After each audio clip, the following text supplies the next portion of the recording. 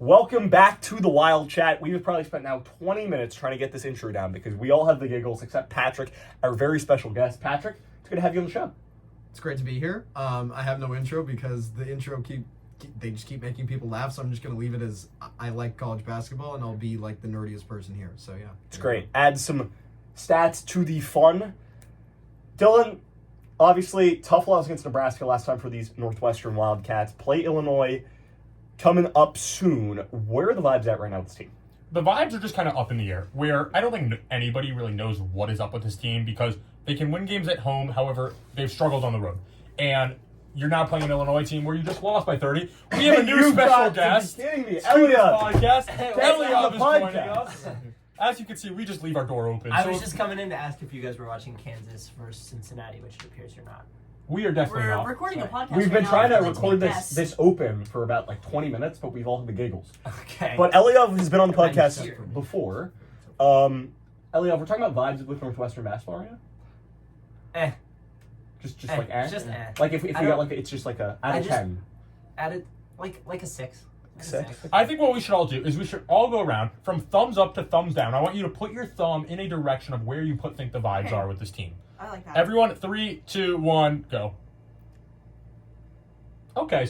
Well, Okay, Patrick, why are you so depressed about the team right now? Well, the thing is, I'm a nerd. Okay, so when I look at college basketball and I'm evaluating teams, I'm looking. You look at the record and you say Northwestern's got the same record as like a team like Clemson, a team like Cincinnati. But then when you get into the metrics, they don't like this team very much. Northwestern, if you want to do the really nerdy thing, you have Clemson at 34 in the net and 36 in Ken Palm. I'd go on and on, but I don't want to because it'll take forever. You have Cincinnati, who's at 36 in the net and 33 in Ken Palm, and you'd feel like those are similarly rated teams in Northwestern.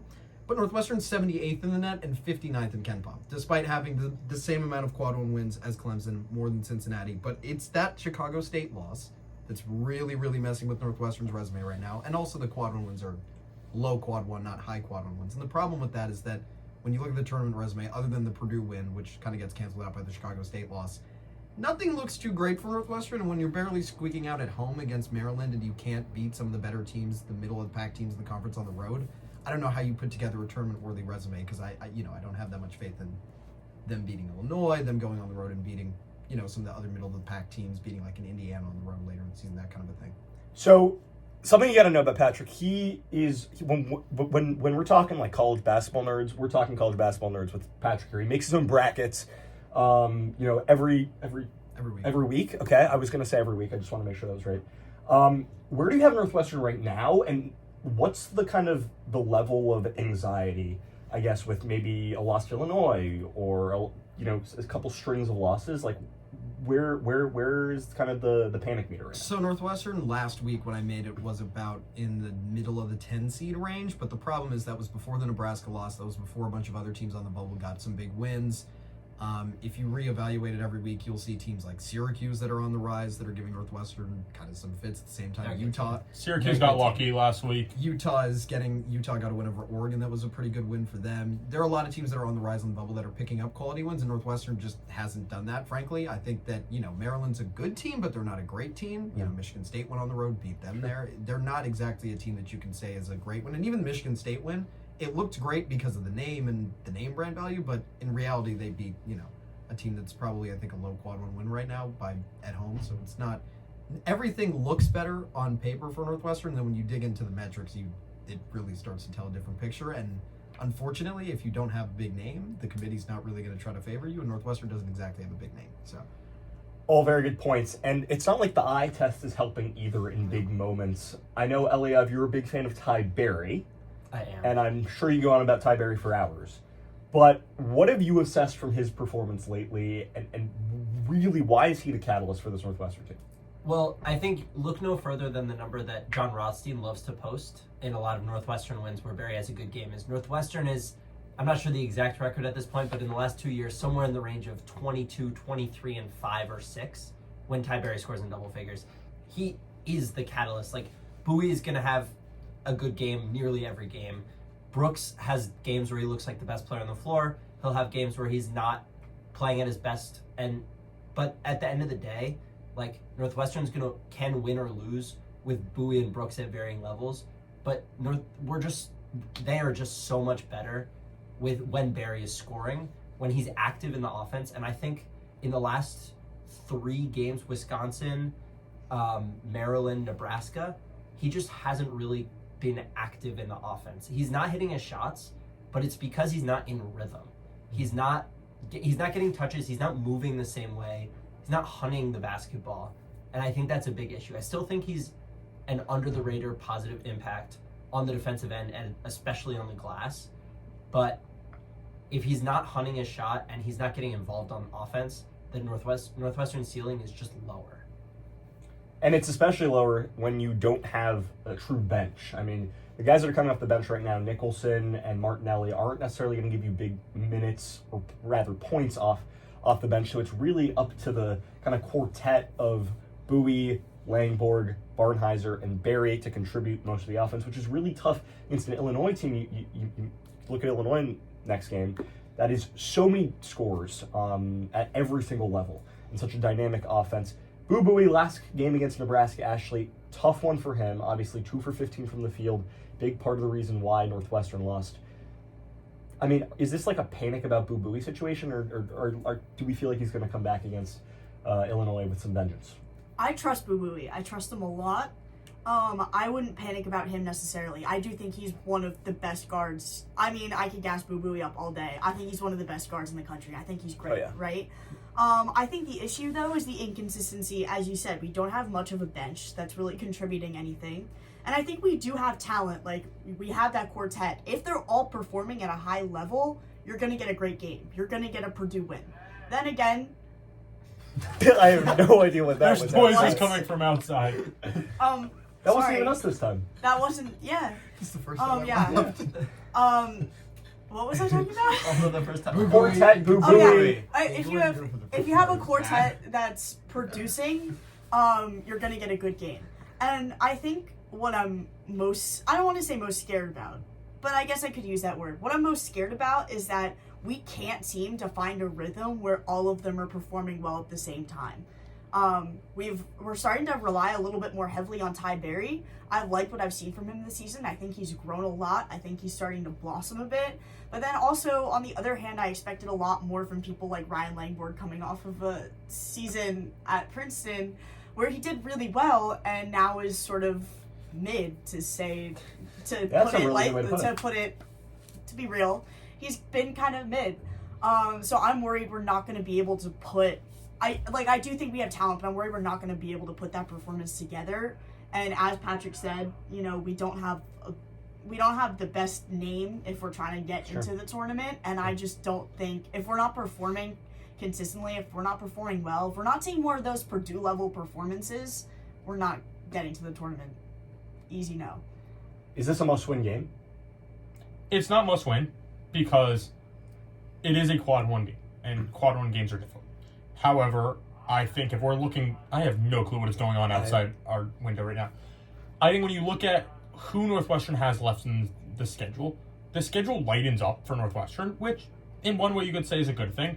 But on the other hand, it also means you have less opportunities to pick up quad 1 wins. And you have to run the table, essentially. Essentially, in some of those. I think you have to. Agree with that. I would say you almost have to run the table in those easier games if you don't pick this game up, which is why I think this is a must-win game, because I think this game gives you buffer. If you're able to go out here and pick up a 4th quad 1 win, I think it improves the resume so much. It proves that a 30-point loss to Illinois was not necessarily a fluke, but it shouldn't hurt them as much when you then can bounce back against a team. And I think that's arguably one of the bigger things about this is it makes that one loss to them look less bad. Even if you keep this game close, I think it still has that effect. But if you lose this game by 10 plus points, I think you're in big trouble if you're Northwestern. I'm just not ready to put it in must-win territory yet.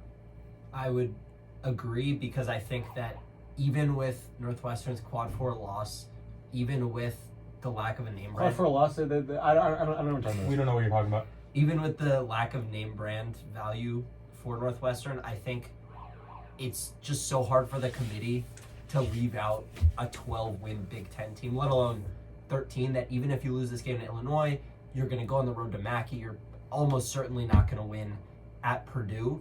That's still 5 losses, which means you have to go 7-3, maybe 8-2 against the easiest back half of a Big Ten schedule that any team has. And I think you do have to run the table at home. I think if you lose to Illinois, you can't afford another home loss. But I think you only need to go 500 away from Welsh Ryan Arena to have, at the minimum, a very hard decision for the bracket makers, and at a maximum, like a 9 or a 10 seed, even with a loss here and a loss at Mackey. And I agree with Eliav that if Northwestern is able to do exactly that, the metrics will back it up by the end of the season anyway. They always self-correct pretty much if you pick up the quality wins. It's just that I don't know. I don't know if I trust Northwestern to be able to get there. I don't know if they're going to go on the road and be able to. I mean, like, I'm not so sure right now after seeing them struggle against Penn State, even struggle at home against Maryland. I'm not so sure this team's going to easily, even go beat a team like Minnesota on the road. I'm not sure they're going to do the same thing at Rutgers. They have at Indiana left, at Maryland. Those are some games that right now, the way Northwestern's looking, it looks iffy. Earlier in the season, I would say most of those games are probably pretty okay games. I'd feel pretty solid, but the way Northwestern's been playing recently with that inconsistency, you just don't know. But I would say if it was a little bit earlier in the season, I'd probably still be confident about it. But there are some letdown games potentially on that schedule, especially when you think that everything is easy, because then you're kind of always looking ahead to the next game. Of course, and I think the biggest thing with this team right now is also just like the vibe.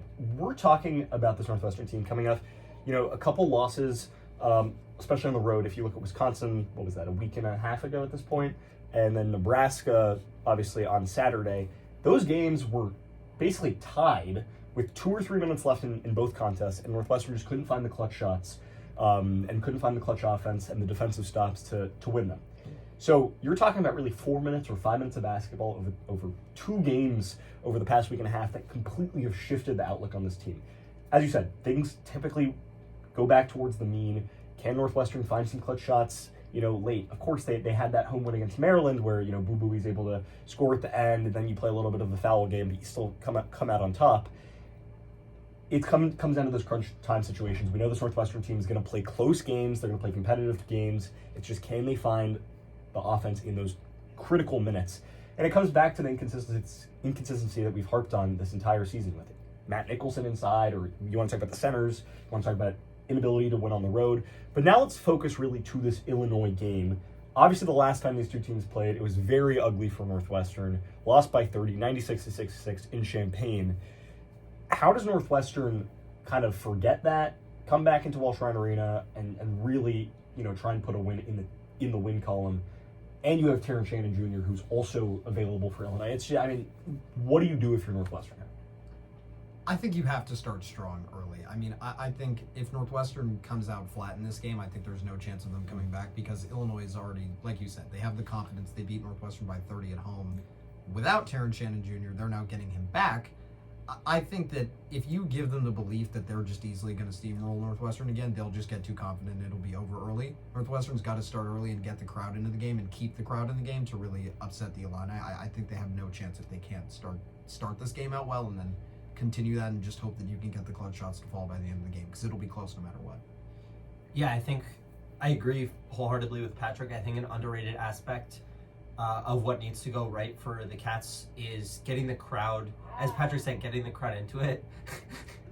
Because I don't know what's going on. I went and checked. There is nobody outside, by the way. I looked out the window and there was nobody there, so I have no clue what's going on. Because against Maryland, although the student section was mostly full, it was a pretty dead crowd. And I think that contributed to kind of a dead team for large stretches of that game. And I think a juiced up Welsh Ryan, even with as many Illini fans as will probably be there, a student section at full tilt is a hard thing to overcome. We saw Purdue struggled against it 2 years in a row. I think that is a key factor in Northwestern's chances. Oh, I was going to say the exact same thing. I think those 2 Purdue wins don't happen away. They don't happen in, where are they from? Lafayette? Fort Wayne? At Mackey Arena? Middle of nowhere, Indiana. Yeah, West Lafayette. nowhere. West They don't That's in the happen. middle of nowhere, That's Indiana. it. Yeah, West Lafayette. Yeah, they don't happen away. They only happen in the Welsh. I think Or Welsh. there's definitely the atmosphere changes. I think when there's a lot of away fans as well. I think the crowd gets louder when they're trying to drown out the opponents. We didn't have that with Maryland. There were a lot of empty seats, and there was a dead crowd, and I think that game would have been, I don't want to say I think they would perform better if we were better as a student section, but I kind of do think that. Not to an extent like, oh, we'd win by 30, but against Maryland versus not cutting it so close, but I think it would definitely help. And again, I just think we need to see more consistency from the team. There's been a lot of, our field goal percentage has been pretty bad recently. I believe Nebraska was under 40%, and I was like 38.1 or 38 point something. And like Boo Buie 2 for 15, 38 point whatever. We can't beat Illinois with that, or even anything close to that. And I think it was a similar theme as well in the first game with Illinois, where we were missing a ton of shots early on in that game. And that immediately put us behind. I remember we were watching that game in here, and we were just like, can this team make a shot? And the answer was no. And Illinois seemed to be making every shot early on. So, like you guys said, starting out strong, you can't leave guys open and shoot three. Illinois will beat you with that. They've got so much talent on that team with Marcus Damask, Coleman Hawkins. I mean, we can talk about Terrence Shannon Jr. I think if we want to talk student section, really curious to see what's going to happen there. There's going to be some chance. I don't know what they're going to be, but I'm sure the Northwestern student section is going to be crazy. We've heard it against Purdue. Bumping. We've heard it against Purdue. We've heard it against Indiana. That would not surprise me if we heard it here as well against Illinois. So that's going to play a factor. Curious if Terrence Shannon Jr. starts as well, or if he comes off the bench like he did against Rutgers. I know he came off still with like 17 minutes left in the first half, so he was basically getting started. He played like 25 minutes. Yeah, but you never know what will end up happening in this one, so it'll just be interesting. But you have to hope the home court advantage really helps Northwestern here. I think there's a couple things that I'm thinking about in terms of this game. One, Northwestern against Nebraska shot 31 times from deep. That's just a ridiculous number. You should not be shooting that many threes. And we're struggling from deep too. But more importantly, I think, is the defensive side. In the first meeting between these two teams, we saw Illinois just feast off the post trap. I mean, Northwestern, the patented post trap. Illinois, quick pass out, slam at the rim.